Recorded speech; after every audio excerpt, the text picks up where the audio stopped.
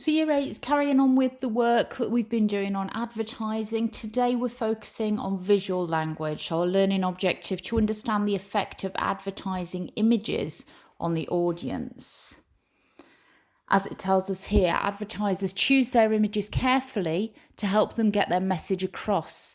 To read and analyse film and TV adverts, we have to think about the positioning of their images, the setting, what people are wearing, and their body language.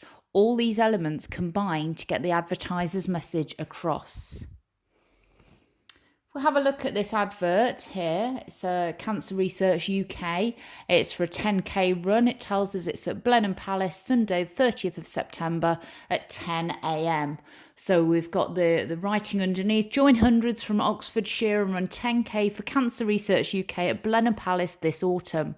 Running 10k is a great way to get fit, and by raising sponsorship money for Cancer Research UK's groundbreaking research too, you'll be helping more people beat cancer in the future. Places are limited, so register now at www.cancerresearchuk10.co.uk. Okay, so 2 questions to focus on to begin with. Firstly, what's the purpose of this advert? Hopefully quite simple there. And question 2, how does the language used persuade the reader to take part? And I've put a little bit of guidance here. Look again at Fear Rises. You remember those 10 features of persuasive writing that we started looking at last week. Have a look where you've written them down. Remind yourselves what they are. You need to be trying to remember these. So when I say Fear Rises, you ought to be able to remember at least what 5 of them stand for. But see if you can pick out any of those techniques that have been used in this piece of writing and looking at how they've persuaded the reader to take part. So give yourself about 10 minutes to have a go at those 2 questions.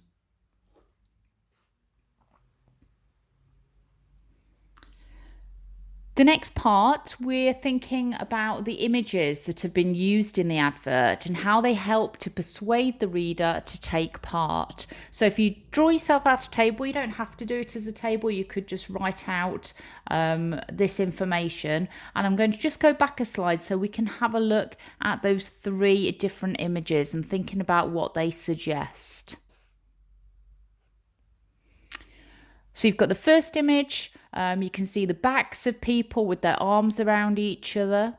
The second image, you can see a man and a woman running together. They look like they're holding hands.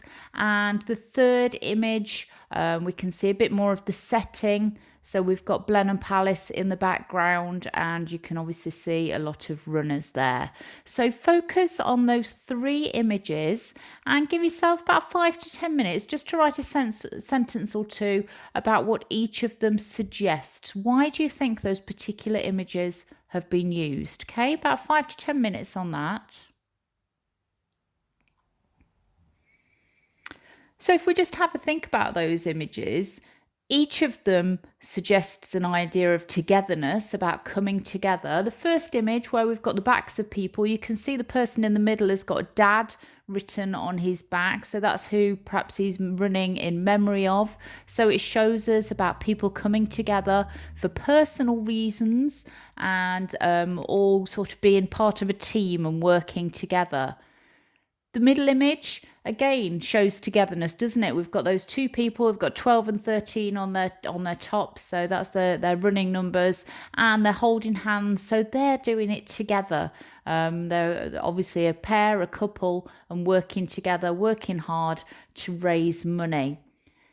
The third image, which has got the setting in at Blenheim Palace, shows us what a beautiful place to be able to go running. So somewhere nice, historical, nice to look at. And again, you've got that idea of togetherness. Everybody's there, everybody's dressed the same.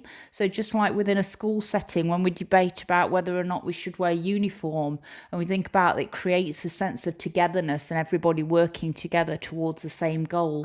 We've got exactly the same thing here. Everybody's wearing those same t-shirts. It makes us all feel, or makes them feel, like they belong together, they're working together and all doing something good for Cancer Research UK.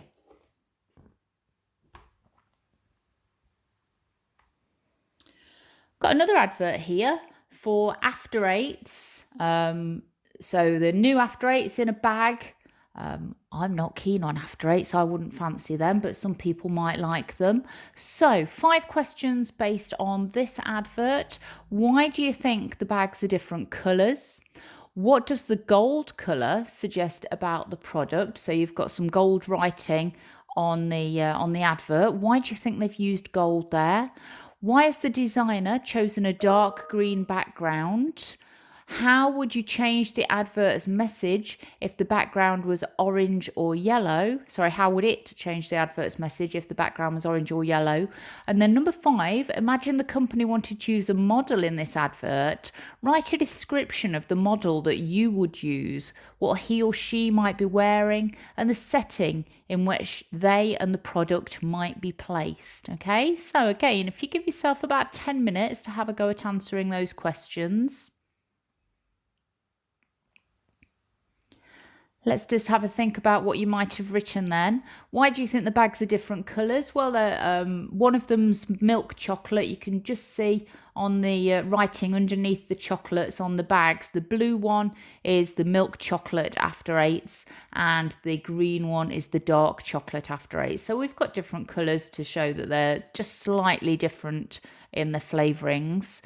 What does the gold colour suggest about the product? Well, gold is luxurious, isn't it? So it might be suggesting to us that this is a little bit of a luxurious item, something that not the sort of chocolates that you'd buy and gobble down really quickly, that you'd probably savour and have for a special occasion. Why has the designer chosen a dark green background? Well, that fits in with the colours of the dark chocolate After Eights, and it also makes it, I think, a little bit mysterious, a little bit grown up as well. How would it change the advert's message if the background was orange or yellow? Well, orange and yellow, both quite bright colours, both sort of quite daytimey colours, aren't they? You think about the sunshine, about being outside, being warm. They're both very warm colours. These, as we said, with the dark green, it's a little bit more mysterious, a little bit more grown up, suggesting, obviously, in the name of the chocolates, After Eights, that you might eat them in the evening, perhaps just for adults when the children have gone to bed. Orange and yellow might suggest they're more children friendly. And then imagine the company wanted to use a model in this advert, write a description of the model that you would use. Well, I think if I was creating this, I might have perhaps a couple.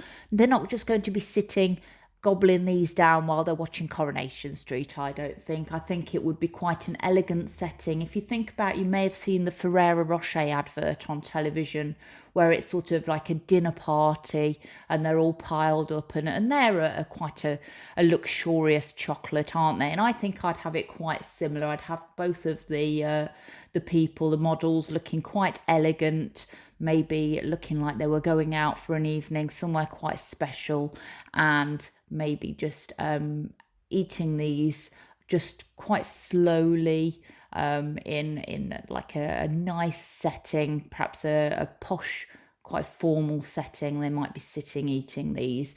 You might have come up with something totally different. That's just my idea, and that's absolutely fine. Okay, well done.